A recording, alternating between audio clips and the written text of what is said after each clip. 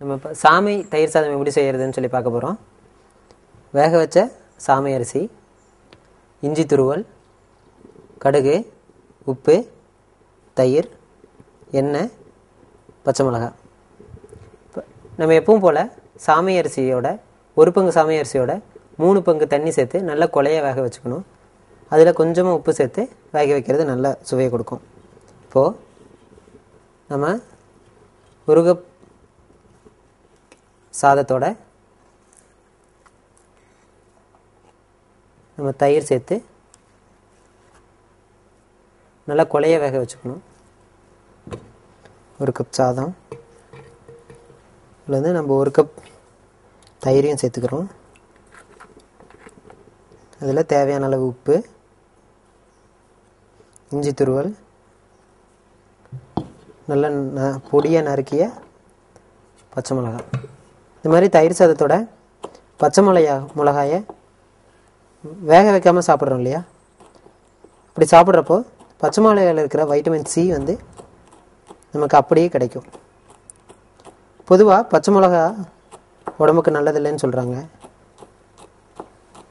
அந்த மாதிரி இல்லை, அளவாக சேர்த்துக்கிட்டா எல்லா காய்கறிகளும் உடம்புக்கு நல்லது தான். பச்சை மிளகா இந்த சமயத்தில் சட்டி காஞ்சிருச்சு. இதில் வந்து நம்ம கடுகு தாளிக்க போகிறோம்.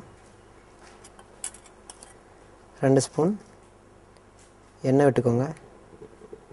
சாதம் நல்லா கொலைய வந்திருக்கிறதுனால நம்ம தயிரோடு சேர்த்து நல்லா கிண்டிக்க முடியும். நல்லா தயிரும் சாமசோறும் நல்லா கலக்கணும். இப்போ இதை ஒரு தட்டில் மாற்றிட்டு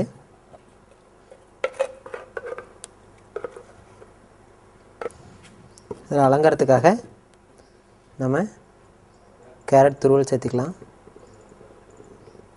கொஞ்சம் நறுக்கிய கொத்தமல்லியை சேர்த்துக்கலாம். ஏற்கனவே எண்ணெய் காஞ்சிருக்கு.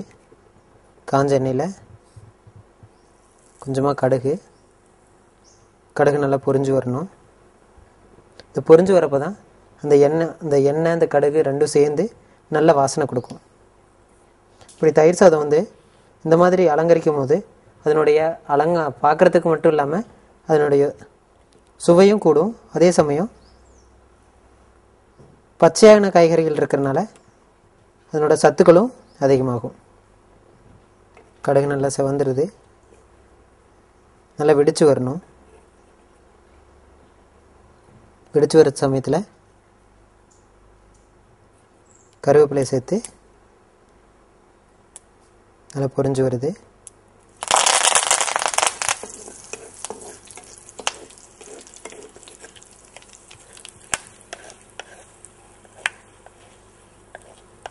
இந்த கடுகு